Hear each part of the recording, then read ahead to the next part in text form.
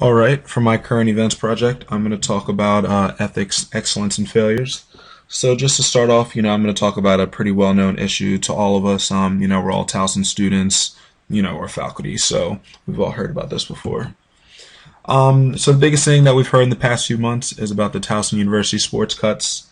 It talks about how the president wanted to cut the baseball and soccer teams. A lot of people were against it. They said we have the second highest athletics fee, in the state of Maryland. Also, we're spending millions of dollars on our new Tiger Arena.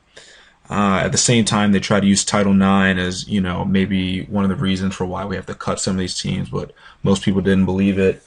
But at the same time, the president did put together the athletics task force to help make the decision. But this is all a situation of organizational ethics. The university is basically just a large corporation, so it has a set structure, who's in charge, who makes the decisions, how things really work. And then also, for ethics, you have procedures and policies for how things need to be done. And the president's way of, going through these procedures was to put together the athletics task force. So a lot of people in the end, we know that both teams were cut.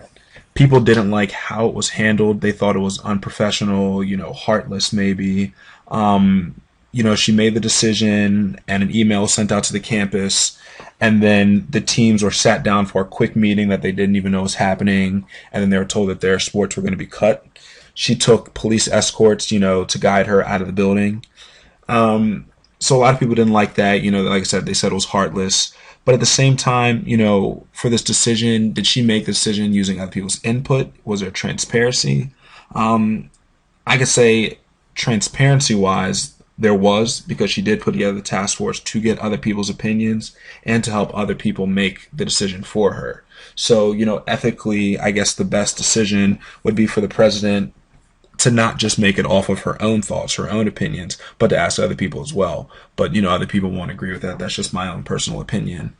And then at the same time, now, after both teams were cut, Governor O'Malley is talking about bringing the baseball team back with some special funding. Now, is it ethical for the president to take this money, and just restore one team and not the other? Is it right for her to cut a team, bring it back, back and forth? I guess that has to do with, her, the athletics director, and the governor, and seeing how exactly that's going to work out, because taxpayers aren't so happy about that money. So people want to know, is this the way Towson does things? Are we just going to, do things like this, cut sports that people enjoy, cut people's their hobbies, what they came to Towson for? But the biggest thing was it ethical?